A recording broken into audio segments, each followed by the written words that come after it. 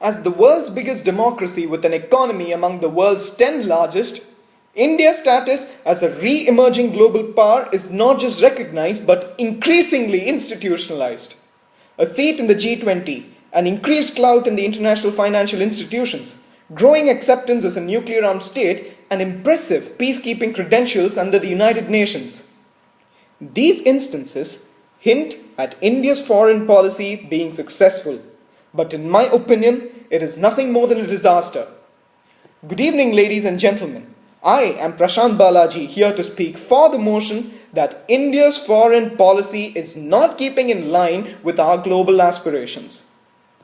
China's military aggression in 1962 and consequently humiliating India militarily wasn't the result of our armed forces being unprepared, but because the Indian foreign policy establishment went grievously wrong in assessing the China threat. Down the line, in 1965, Pakistan resorted to the same tactics not once but twice. Today, China and Pakistan continue to be our main military threats, and the sad strategic reality is that the United States is the sole global countervailing power that often tends to incline towards our enemies. India has never had a foreign policy on Pakistan, and India's Pakistan policy stands outsourced to the United States, thereby risking our national security. Peace dialogues with Pakistan should not be pursued at the cost of our national honor. India needs to redefine its Pakistan policy by drawing unambiguous red lines without considering American pressure, and top of the list would be our national security.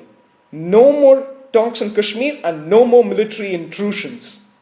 However, should Pakistan continue its dirty games, India must respond militarily by applying pressure points against Pakistan in NWFB, Balochistan and Sindh.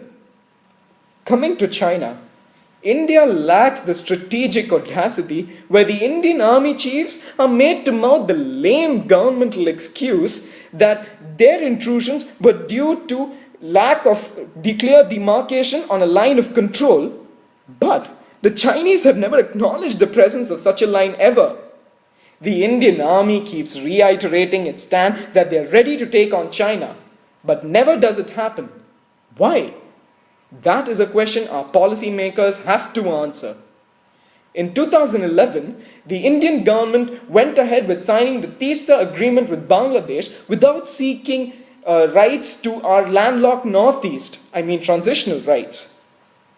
India failed to vote against Sri Lanka in the UN resolution, thereby angering Tamils within our own country. Nepal and Maldives have slipped out of the Indian orbit. Bhutan might follow soon. Iran has been lost as a strategic partner due to the outsourcing to Washington. Therefore, I would like to conclude by saying India needs a much stronger foreign policy to voice her concerns in such a way it is heard loud and clear, so that the world looks at us as a global power and not a colonial slave of the past. Thank you.